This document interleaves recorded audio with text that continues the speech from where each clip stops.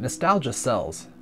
We see it all the time in pop culture, with Hollywood remakes, vintage fashion, and music rehashing trends of the past.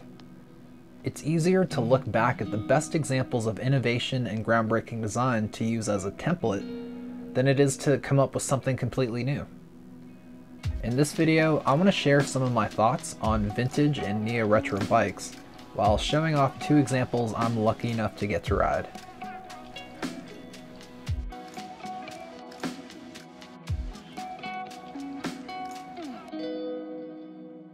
Some motorcycle companies, like Harley-Davidson, have built their entire brand around the idea of nostalgia, using words like heritage and legacy to remind us of the past and encourage us to buy new. In a lot of cases, the bikes they offer have literally had the same designs for decades.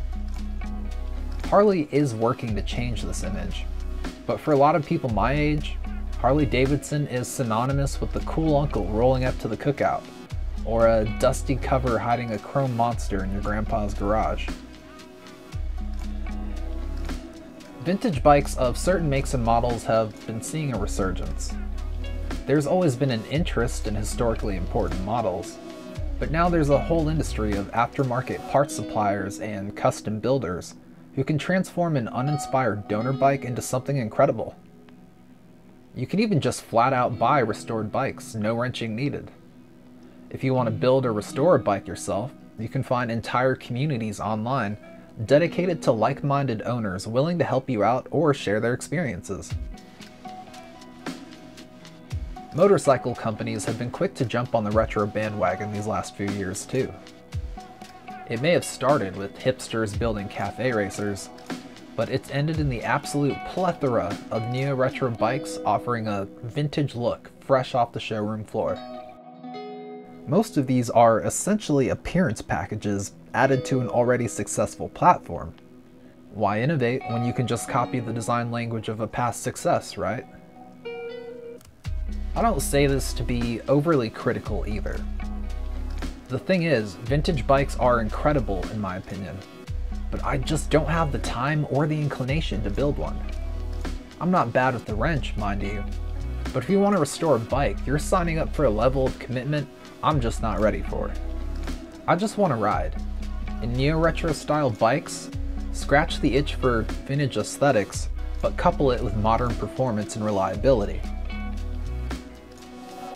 My good friend Nameless was kind enough to let me borrow his Yamaha XSR700 for a couple of days. It's styled after a mid-70s UJM, the Yamaha XSR700. His bike is basically an MT-07, which is a known squid missile, but with a sense of style and sophistication. I've heard nothing but great things about it, so I was excited to see for myself what all the hype is about. One of the first things that caught my eye about this bike is the look. It references the original in the single round headlight, the long, slim front fender, the saddle shape and lines, but the brushed aluminum tank offsets that and gives it this industrial, modern look. That fusion of vintage style and modern taste really appeals to me.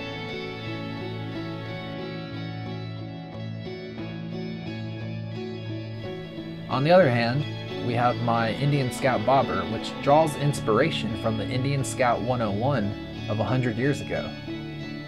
On top of that, this is a bobber style bike, a cutback look which goes back to the 1930s.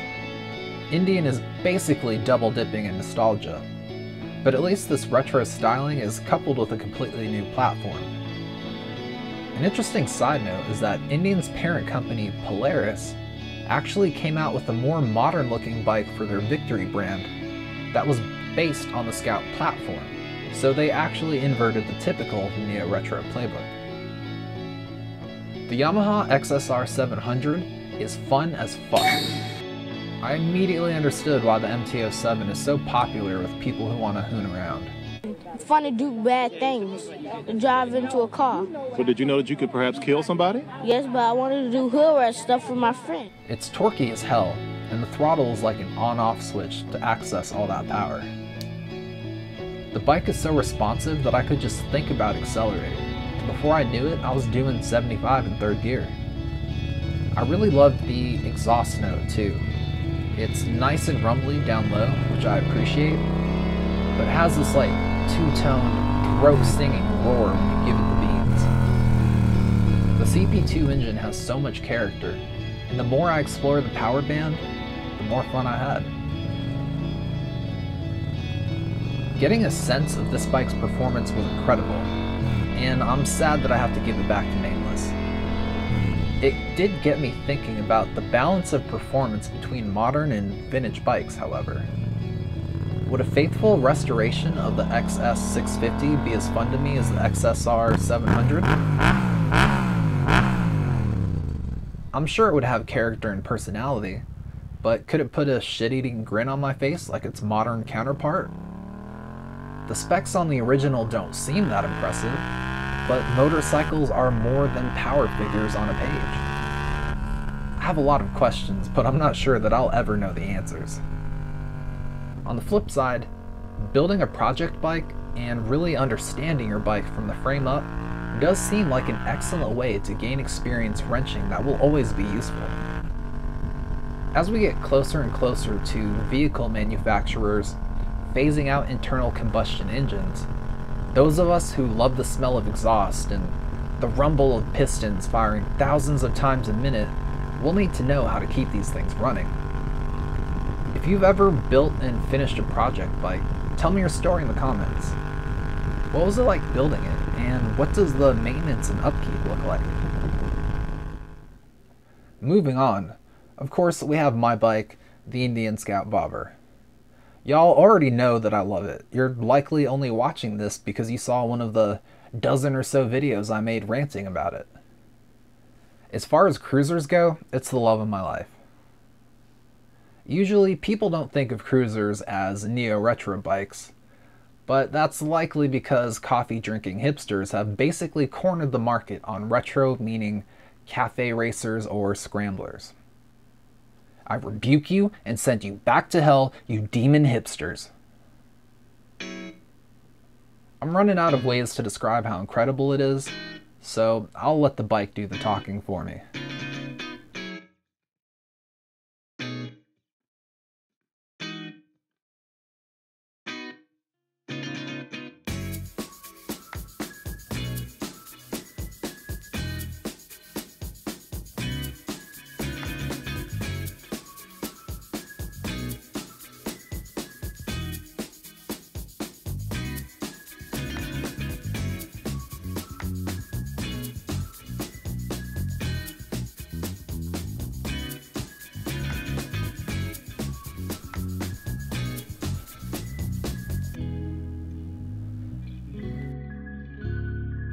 Anyway, it's sort of crazy to think about how design trends cycle.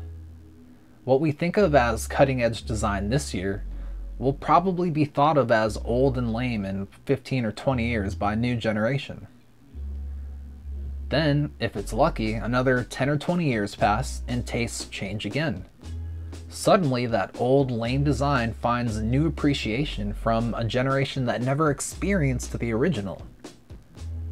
There's something fascinating about that to me, that we're marketed a nostalgia that is manufactured. I wasn't alive in the 70s, much less able to ride the bike that inspired the XSR700, yet looking at it makes me yearn for a world that matches its aesthetic. Marketing is a lie, of course. In America, motorcycles aren't a necessity or even really practical. So they're sold on the way they make you feel when you look at them. They're sold on the way you think you'll feel when people look at you sitting on your bike. And these neo-retro bikes are mostly just a cash grab. They're reskinned packages of modern bikes. The same modern bikes that will ironically be seen as vintage, retro bikes in the future. There's a sort of Ouroboros here, a snake eating its own tail, as marketing and design teams look to cash in on nostalgia, while their coworkers are creating future classics down the hall. The future of motorcycling will be interesting, to say the least. Electric motorcycles are becoming more and more popular as the technology improves. Several companies have already committed to switching to electric or hybrid only, which I recognize rationally is probably a good thing, but which I find disgusting emotionally. Since the start of electronic fuel injection, our vehicles have been slowly making the switch from analog to digital. And in a way, it feels like what we have now is going to be the last bastion of the past. There's an undeniable charm in analog machinery, in the clever ways it's mechanically engineered. And I think we lose that in the switch to digital. The march of human progress continues, but in each generation there's always a subset of people enamored with looking back. What will these future hipsters yearn for when they peer into the past of our Honda Groms or gas-powered engines and primitive iPhones? Will they build custom hyper-nakeds meant to replicate the early 2020s style cues? Or will they even care about manually operating vehicles at all? I wish I had the answer. I'd be rich and you wouldn't be watching my channel because I'd be off doing rich people shit instead of editing videos late at night. But I'd like to know what y'all think will make it to the future in terms of modern motorcycle design. Let me know in the comments. I like hearing from y'all. Thank you for sticking around so long. I know this is longer than what I usually make, but I had a lot to say. If you like my vibe, please subscribe and leave a like. It really helps out small channels like mine. And if you have any feedback, please let me know. I'll catch y'all in the next one.